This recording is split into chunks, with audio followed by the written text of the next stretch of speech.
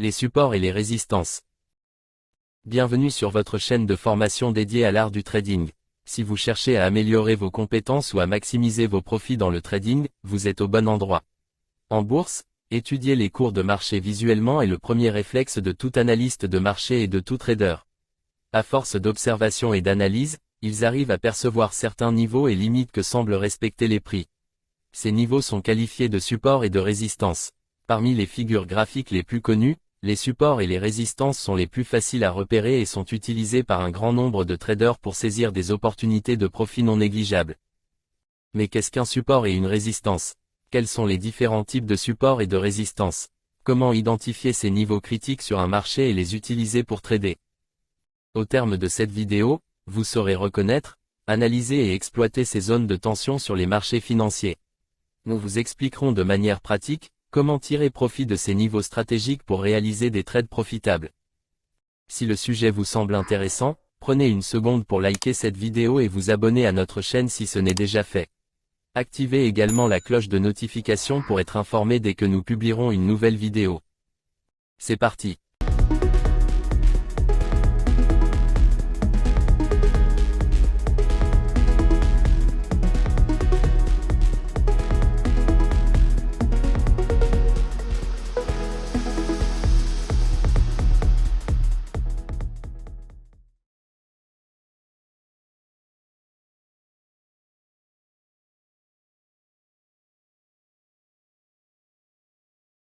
Les supports et les résistances en bourse sont considérés comme les piliers d'une bonne analyse technique. Il est donc essentiel de les comprendre pour affiner vos analyses et augmenter vos taux de réussite sur trades réalisés. Les supports et les résistances sont le résultat de la confrontation entre les acheteurs et les vendeurs sur un actif. Ce sont des zones où les probabilités d'une baisse ou d'une hausse de prix sont les plus fortes. Sur ces niveaux, certains investisseurs vont prendre leurs bénéfices, d'autres vont renforcer leur position ou encore trader la cassure. Mais avant d'aller plus loin, commençons par définir ce que c'est qu'un support et une résistance. Qu'est-ce qu'un support? Un support est un niveau psychologique en dessous duquel le prix a du mal à passer. Il représente un niveau ou une zone de ralentissement, voire de blocage du mouvement baissier. Autrement dit, la pression vendeuse, donc de l'offre, devient plus faible que la pression acheteuse, c'est-à-dire de la demande. Les prix se concentrent donc sur ce niveau à plusieurs reprises, avant de subir un retournement de tendance ou une correction à la hausse. Les supports sont formés par des plus bas qui laissent transparaître un niveau ou une zone qui peut être horizontale ou oblique, à l'instar d'une droite de tendance. Qu'est-ce qu'une résistance? Une résistance est un niveau psychologique au-dessus duquel le prix a du mal à passer. À l'inverse du support, la résistance désigne un niveau ou une zone de prix où les vendeurs, c'est-à-dire l'offre, prennent le dessus sur les acheteurs, c'est-à-dire la demande. La valeur de l'actif bute donc contre ce plafond, ce qui occasionne là encore des retournements de tendance. Ici, soit c'est la demande qui faiblit, soit c'est l'offre qui se renforce ou bien les deux en même temps. Les résistances sont formées par des plus hauts qui laissent transparaître un niveau ou une zone qui peut être horizontale ou oblique, à l'instar d'une droite de tendance. Pour résumer ce point, support et résistance sont deux termes qui désignent des zones de forte pression entre l'offre et la demande sur le marché. Ils ont fait réagir les prix dans le passé, et sont susceptibles de faire réagir les prix dans le futur. Au fil du temps, un support peut se transformer en résistance et une résistance peut pareillement se transformer en support. Dès que le prix descend sous le niveau de support cassé se transforme en résistance. Aussi, une résistance se transforme en support si le prix augmente au-dessus du niveau de la résistance. On parle alors de principe de polarité entre les supports et les résistances qui s'interchangent à l'issue des cassures par le cours. Quels sont les différents types de supports et résistances? Il existe deux catégories de supports et de résistances que l'on peut observer en bourse. Les supports et résistances horizontales, et les supports et résistances obliques. Les supports et résistances horizontales sont les plus simples à remarquer sur un graphique. Ils prennent la forme d'un segment ou d'une zone horizontale. Bien souvent, les supports et résistances horizontales se situent sur des niveaux fixes purement psychologiques. Ils se situent entre autres, au niveau des prix arrondis, au plus haut ou plus bas historique de l'actif, ou tout autre niveau qui détient une charge émotionnelle lourde. En général, les traders placent leur stop-loss et take profit sur des valeurs arrondies, ou au niveau des anciens plus hauts ou plus bas de l'actif. Ces habitudes de positionnement psychologique renforcent ces niveaux et les rendent plus susceptibles d'occasionner les retournements lorsque les prix arrivent à leur contact. Les supports et résistances obliques. Pour les évoquer, on peut également parler de ligne de tendance. Ici, le segment tracé est oblique, et suit la tendance haussière ou baissière du cours de l'actif, mais à un prix fixe ou déterminé à l'avance. Maintenant que nous avons défini le support et la résistance dans la théorie, il est temps d'apprendre à reconnaître ces niveaux dans la pratique. Comment identifier un support ou une résistance? Pour identifier un support ou une résistance, il faut observer une ou plusieurs caractéristiques. Les mouvements de prise antérieurs. Une tendance puissante soudainement bloquée à un niveau de prix donné peut laisser présager de la présence d'un support ou d'une résistance. Pour autant, un blocage si net attire l'attention des investisseurs qui exploitent ces niveaux et finissent par renforcer leur influence sur le marché. La période temporelle. Pour s'assurer de l'existence d'une zone de résistance ou de support, rien de tel que d'attendre. Sur la durée, il est alors possible de constater si oui ou non, les prix ralentissent lorsqu'ils atteignent un niveau donné. Le nombre de points de contact. Ce qui caractérise le mieux une zone de support ou de résistance est le nombre de fois que le cours d'un actif vient se cogner contre cette dernière avant d'opérer un retournement. Plus le niveau de support ou de résistance est testé par le prix, plus ce dernier est considéré comme solide et pertinent. Les volumes. Qui dit affrontement entre pression acheteuse et pression vendeuse, dit augmentation des volumes de transactions. Prendre en considération le nombre d'ordres passés et confronter ce chiffre aux volumes habituels de l'actif vous aidera donc à identifier les points de tension propres au support et aux résistances. La tendance long terme. Prendre de la perspective sur votre horizon temporel peut vous permettre d'identifier les plus hauts et plus bas historiques d'une valeur. Ainsi, il est indiqué de se positionner sur les lignes de temps les plus élevées, pour prendre du recul sur l'évolution globale de l'actif afin de mieux percevoir les niveaux les plus importants de retournement du prix antérieur et actuel. L'hypothèse selon laquelle le marché se souvient vous permettra de détecter facilement les niveaux de support et résistance à venir. Comme déjà évoqué, certains niveaux de prix psychologiques ronds, tels que la barre des 100, 150, 200, 250, 1000, etc., peuvent être de fait des niveaux de support et résistance. Il suffit d'identifier les réactions antérieures les plus significatives du prix sur ces niveaux pour déceler des supports ou résistances. Comment tracer les supports et les résistances? Pour tracer les supports et résistances, il faut avant tout, laisser le temps au cours de dessiner des creux et des sommets. Il faut ensuite choisir les points les plus hauts et les plus bas les plus significatifs de la séance. Si vous n'êtes pas habitué à localiser les points hauts et bas, vous pouvez vous faire aider par certains indicateurs, tels que l'indicateur zigzag, qui permet de déterminer quelle a été la tendance durant une période donnée. On peut utiliser cet indicateur pour analyser le changement des prix et déterminer les futurs renversements de tendance. Ou les fractales de Bill Williams, qui permet de mettre en évidence des sommets et des creux, où le mouvement des prix était arrêté et inversé. Ces points d'inversion sont aussi appelés respectivement, des points hauts et des points bas. Enfin, utilisez l'une des méthodes suivantes pour tracer votre support ou résistance. Vous pouvez soit dessiner un niveau pour indiquer un support ou une résistance. Pour cela il faudra se positionner sur un sommet ou un creux suffisamment isolé des autres, puis relier d'une ligne droite les sommets ou les creux alignés. Vous pouvez également dessiner une zone de prix pour indiquer un support ou une résistance. Pour cela, il faudra se positionner sur un sommet ou un creux extrême, puis à l'aide de l'outil rectangle, délimiter une zone de prix tenant compte des mèches et des bords de corps des bougies. Le choix de l'unité de temps est déterminant. Quelle que soit l'unité de temps sur laquelle vous tradez, les résistances et supports fonctionnent de la même manière. En revanche, selon l'unité de temps, la résistance et le support n'ont pas la même importance. En effet, plus l'unité de temps choisie pour tracer vos supports et résistances est grande, plus le support ou la résistance déterminée sera significative. Par exemple, une résistance ou un support tracé sur une période hebdomadaire aura plus de poids qu'une résistance ou un support tracé sur une période journalière. Ceci dit, faites attention à ne pas vous retrouver avec un trop-plein de supports et résistances tracés sur votre graphique. Cela serait encombrant et contre-productif. Ne retenez que les supports et résistances situés les plus proches du cours actuel du prix. Vous pourrez à loisir en supprimer et ajouter de nouvelles en fonction de l'évolution de l'actif. Comment trader avec les supports et les résistances? Les supports et les résistances sont très utiles dans le trading.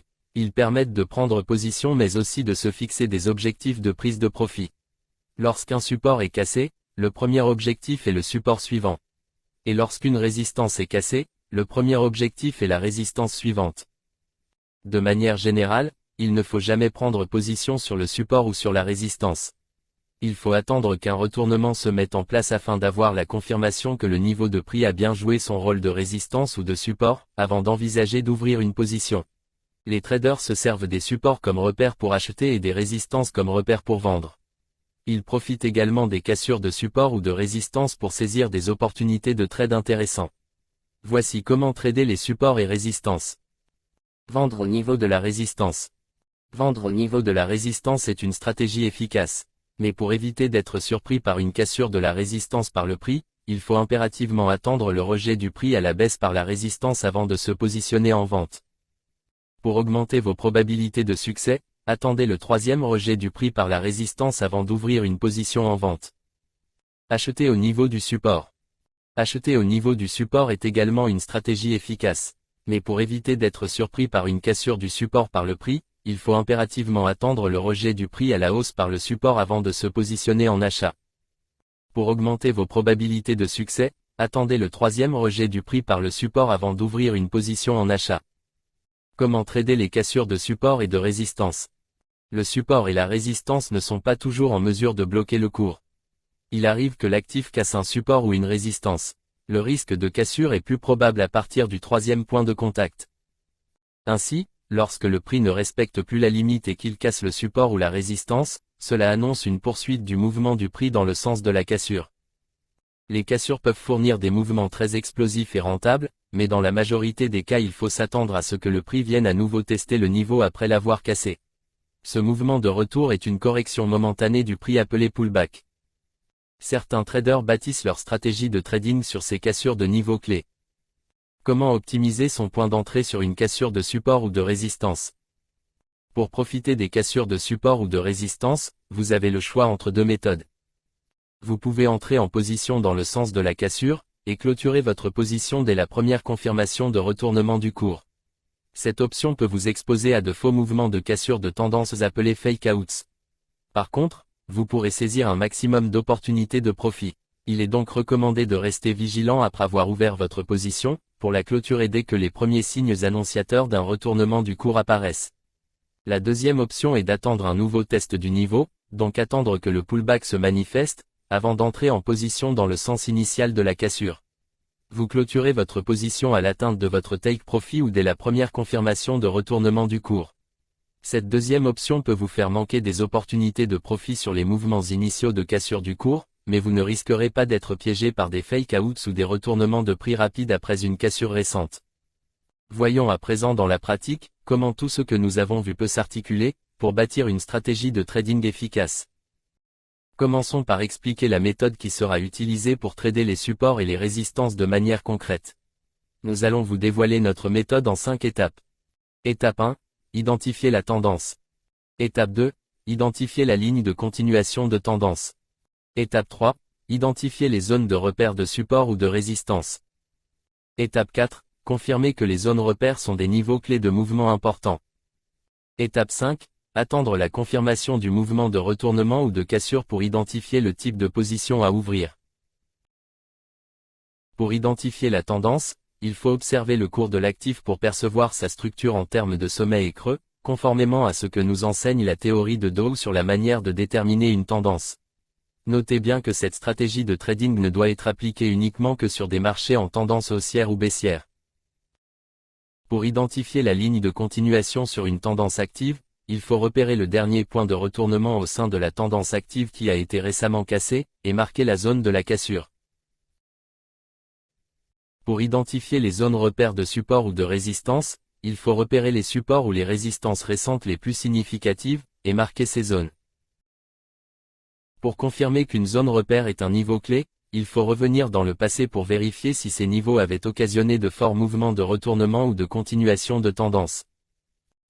Conformément à la règle d'ouverture de position sur les supports et les résistances expliquées plus haut, il faudra garder à l'esprit d'attendre une confirmation de rejet ou de continuation du cours sur le support ou la résistance avant d'entrer en position. Maintenant que nous avons expliqué notre méthode dans la théorie, nous allons voir en situation pratique, l'application de cette méthode dans différentes configurations de marché. Pour notre premier cas pratique, nous sommes sur le Nasdaq sur l'échelle de 1 heure sur lequel nous allons appliquer notre stratégie de trading en 5 étapes. Conformément à cette stratégie, nous allons commencer par identifier la tendance en cours de l'actif. Pour cela, nous allons dézoomer le graphique au maximum pour identifier une structure. Une fois le graphique dézoomé, nous pouvons voir se dessiner une tendance baissière qui est en train de se mettre en place. Cela se matérialise par des creux de plus en plus bas que nous pouvons relier par une droite de tendance, et des sommets de plus en plus bas que nous pouvons également matérialiser. Nous avons une tendance baissière, ce qui nous permet de valider notre première étape. Passons maintenant à notre deuxième étape, qui consiste à identifier la zone de continuation de tendance. Nous avons vu que cette zone se situe au niveau d'inversion de tendance la plus récente qui a été cassée par le cours. Nous constatons justement une zone support sur laquelle le prix a rebondi à plusieurs reprises par le passé et qui justement a été cassée récemment par le prix. Nous allons donc retenir cette zone support comme notre zone de continuation de tendance. Cela nous permet donc de valider notre deuxième étape. Pour la troisième étape, nous allons repérer le niveau de support significatif le plus proche de notre zone de continuation, et situé en dessous de notre prix actuel. En remontant dans le passé pour bien l'identifier, nous remarquons un premier niveau support significatif qui a occasionné un gros retournement haussier du prix. Nous marquons ce premier niveau d'une ligne horizontale. En remontant encore plus loin dans le passé pour confirmer notre choix, nous remarquons que cette zone avait déjà agi comme une forte résistance au prix. Nous décidons donc de marquer définitivement cette zone comme notre zone de repère. Cela nous permet ainsi de valider notre troisième étape. Nous arrivons de ce fait à la quatrième étape, celle qui consiste à valider la pertinence de notre zone repère. Pour ce faire, nous retournons dans le passé pour vérifier si notre zone repère a occasionné de gros mouvements de tendance. Nous notons justement que notre zone a bel et bien occasionné une forte baisse dans le passé, puis récemment, une forte hausse du cours. Cela rend pleinement pertinente cette zone et valide notre quatrième étape. Fort des 4 premières étapes validées, nous allons attendre d'observer la réaction du prix au contact de la zone de continuation pour déterminer le signal de trade à prendre. Après 2 jours d'attente, nous constatons que le cours a testé à 2 reprises la zone de continuation et est une seconde fois rejeté vers le bas par elle. Pour nous, l'option est désormais claire, nous sommes face à un schéma de rejet du prix après un pullback. La zone de continuation a donc joué son rôle de résistance. Nous décidons donc pour la 5e et dernière étape, d'ouvrir une position à la vente pour accompagner le cours jusqu'au niveau bas du support que nous prenons comme notre objectif de prise de profit. Nous positionnons le stop loss au-dessus du point de retournement baissier et notre take profit au-dessus du bas de support à 2,27% de profit. Nous lançons le trade.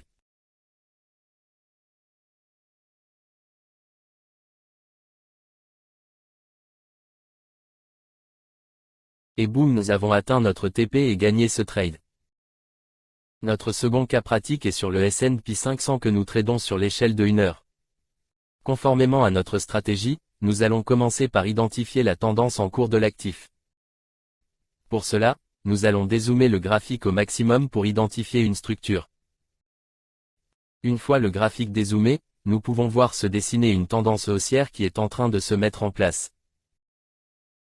Cette tendance se matérialise par des creux de plus en plus hauts que nous pouvons relier par une droite de tendance, et des sommets de plus en plus hauts que nous pouvons également matérialiser avec une droite de tendance.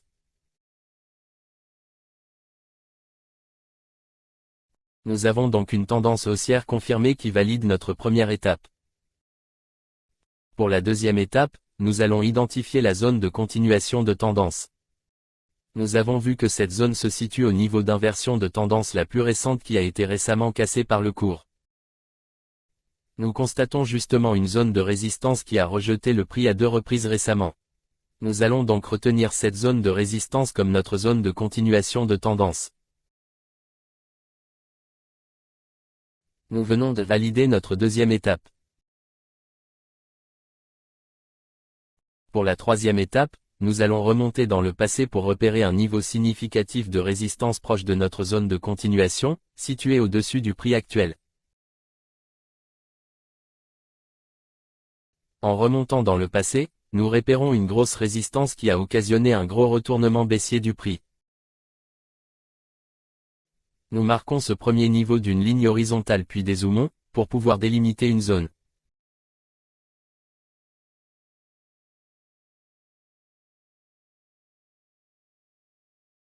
Notre troisième étape est donc validée. Le fort mouvement déjà observé sur cette résistance passée, et le mouvement d'ampleur occasionné pareillement sur notre zone de continuation, nous confortent dans la pertinence des deux zones sélectionnées. En prolongeant par l'arrière notre zone de continuation, nous pouvons aussi noter que cette même zone a par le passé, rejeté le prix et contribué à amplifier la baisse observée. Notre quatrième étape est donc pleinement valide. Nos 4 premières étapes validées, nous pouvons attendre pour observer la réaction du prix au contact de la zone de continuation pour déterminer le signal de trade à prendre.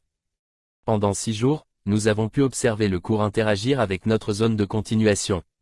Nous décidons de rentrer en position, après le constat du rejet du prix à la hausse après un gros contact avec notre zone de continuation qui aurait pu entraîner une cassure. Pour nous le signal est clairement donné. Nous sommes face à un schéma de rejet du prix après un pullback sur un support. Notre zone a donc bien joué son rôle de support. Nous décidons donc pour la 5e et dernière étape, d'ouvrir une position à l'achat. Nous positionnons le stop loss en dessous de notre zone de continuation et décidons de placer notre take profit à 2,26% de profit. Vu l'éloignement de notre zone repère et pour optimiser nos probabilités de réussite sur ce trade, nous prenons l'option de ne pas aller jusqu'au niveau de notre zone repère vu que le taux de profit est déjà satisfaisant. Nous lançons le trade.